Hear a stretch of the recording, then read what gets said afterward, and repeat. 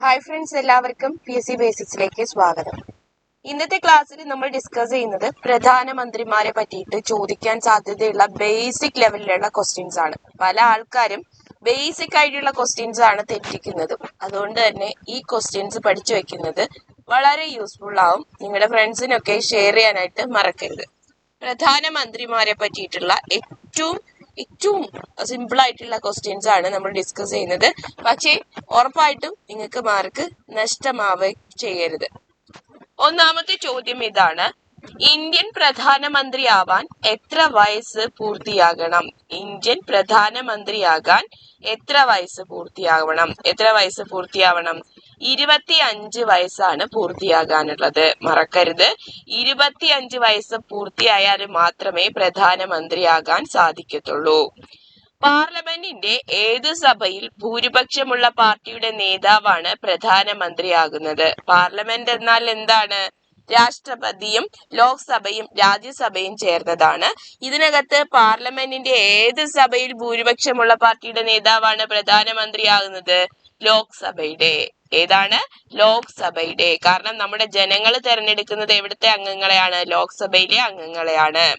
ആരുടെ നിർദ്ദേശപ്രകാരമാണ് വിവിധ കേന്ദ്രമന്ത്രിമാരുടെ വകുപ്പുകൾ രാഷ്ട്രപതി നിശ്ചയിക്കുന്നത്? അപ്പൊ രാഷ്ട്രപതി നിശ്ചയിക്കുന്നതാണ് വിവിധ കേന്ദ്രമന്ത്രിമാരുടെ വകുപ്പുകൾ. പക്ഷെ ആരാണ് അവിടെ നിർദ്ദേശം കൊടുക്കുന്നത്?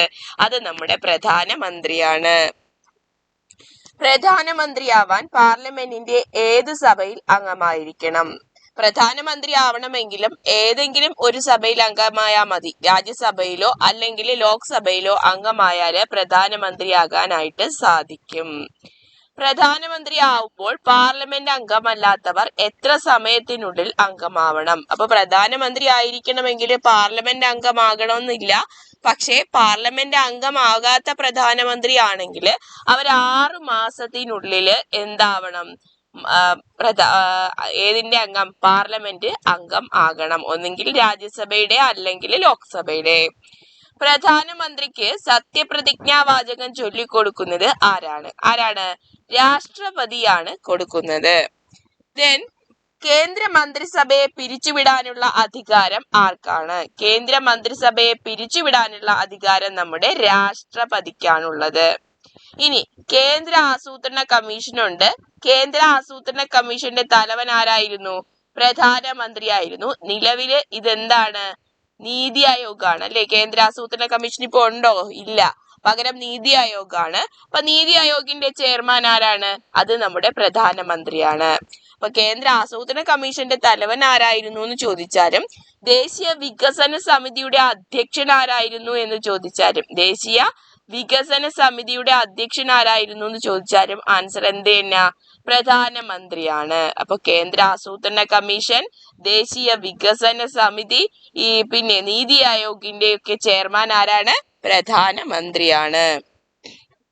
ഇനി പറയാൻ പോകുന്നത്, നിങ്ങൾക്ക് യജ്ഞം എന്ന് പറയുന്ന ഒരു കോഴ്സ് സ്റ്റാർട്ട് ചെയ്തിട്ടുണ്ട് യൂണിവേഴ്സിറ്റി LGSന് പ്രിപ്പയർ ചെയ്യുന്നവർക്ക്. അത് ഓരോ ഡേയിലും പഠിക്കാനുള്ള ടോപ്പിക്സ്, അത് ബേസ് ചെയ്തിട്ടുള്ള എക്സാംസ് ഒക്കെ നടത്തി PYQ ഡിസ്കഷൻ ഒക്കെ നടത്തിക്കൊണ്ട് പോകുന്ന ഒരു ക്ലാസ് ആണിത്.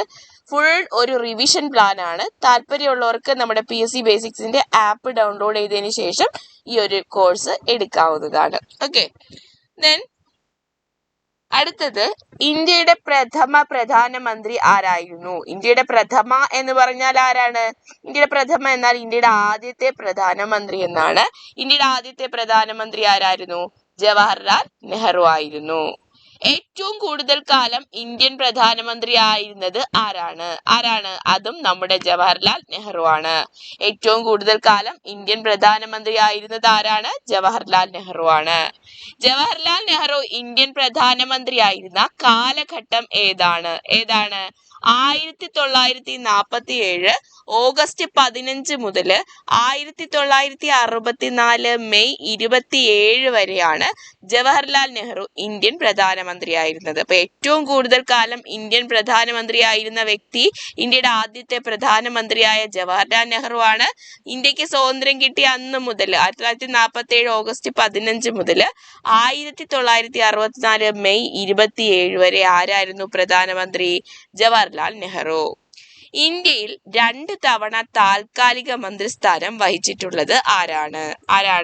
അത് നമ്മുടെ ഗുൽസാരിലാൽ നന്ദയാണ്. ഗുൽസാരിലാൽ നന്ദ 1964 നമ്മുടെ ജവഹർലാൽ നെഹ്റു മരിക്കുമ്പോഴും 1966 ഗുൽസാരിലാൽ നന്ദ എന്തായി? താൽക്കാലിക പ്രധാനമന്ത്രി സ്ഥാനം വഹിച്ചു. ആരാണ്? ഗുൽസാരിലാൽ നന്ദ.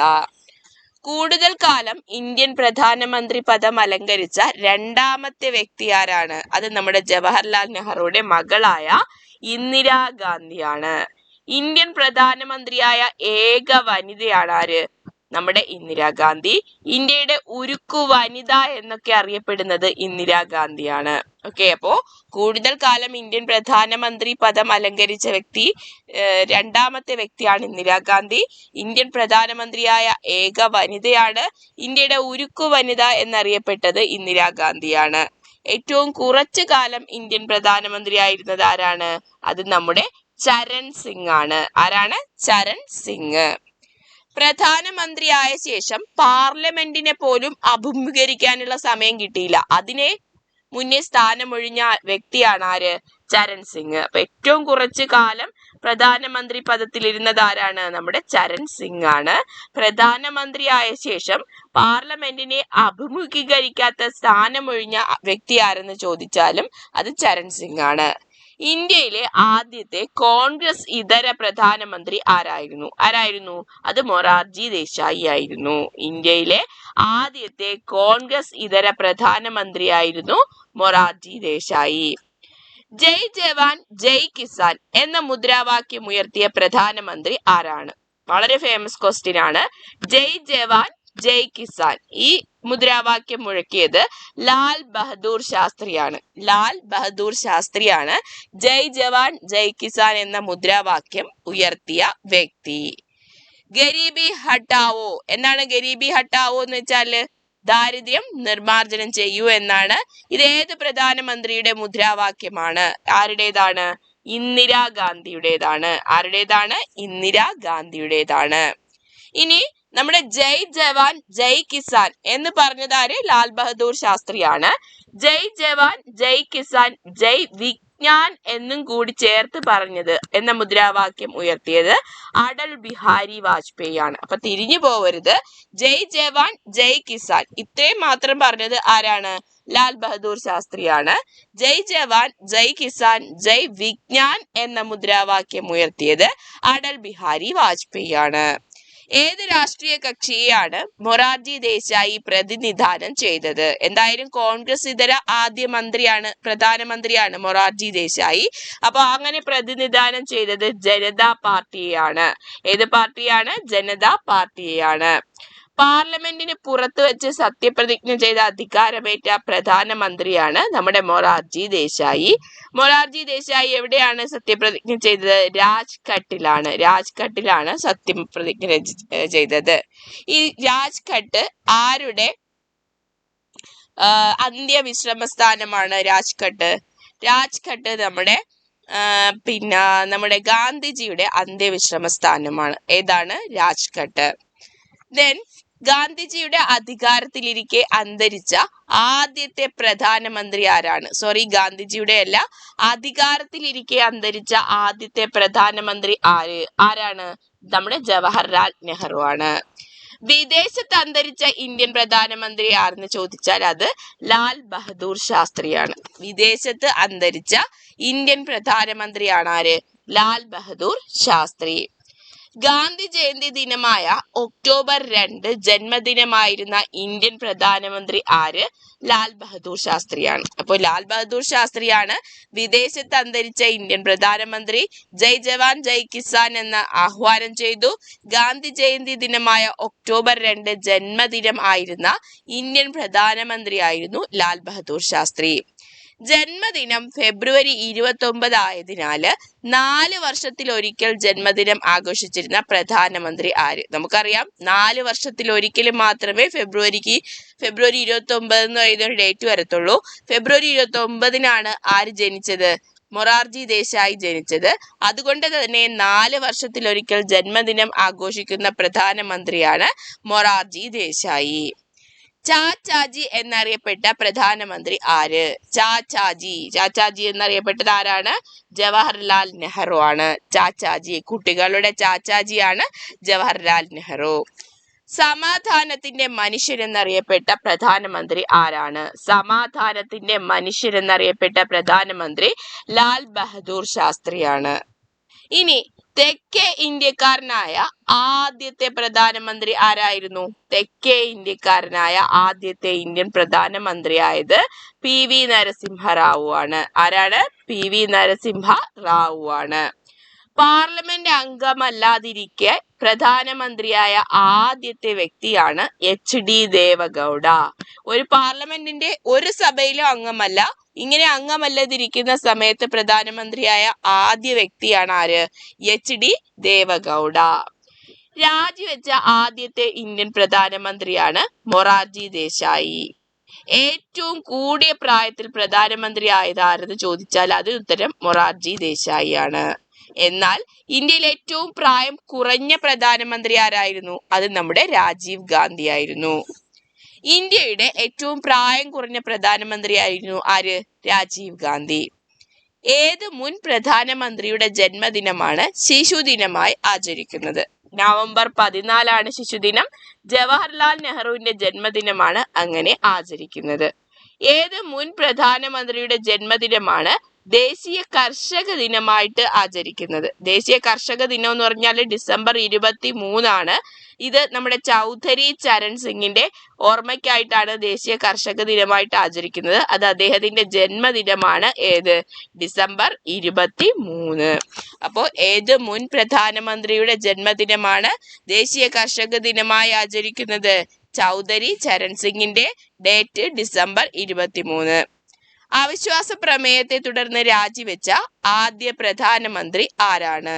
അവിശ്വാസ പ്രമേയത്തെ തുടർന്ന് രാജിവെച്ച ആദ്യത്തെ പ്രധാനമന്ത്രിയാണ് VP സിംഗ്.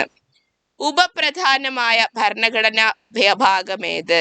ഉപപ്രധാനമായല്ല, ഉപപ്രധാനമന്ത്രിയെ പറ്റി പറയുന്ന ഭരണഘടനാ ഭാഗം ഏതാണ്? ഉപപ്രധാനമന്ത്രിയെ പറ്റിയിട്ട് ഭരണഘടനയിൽ പരാമർശമേ ഇല്ല. അങ്ങനെ ഒരു സംഭവമേ നമ്മുടെ ഭരണഘടനയിൽ പറയുന്നില്ല. ഇനി SCRT നിങ്ങൾ കംപ്ലീറ്റ് പഠിച്ചു തീർന്നോ?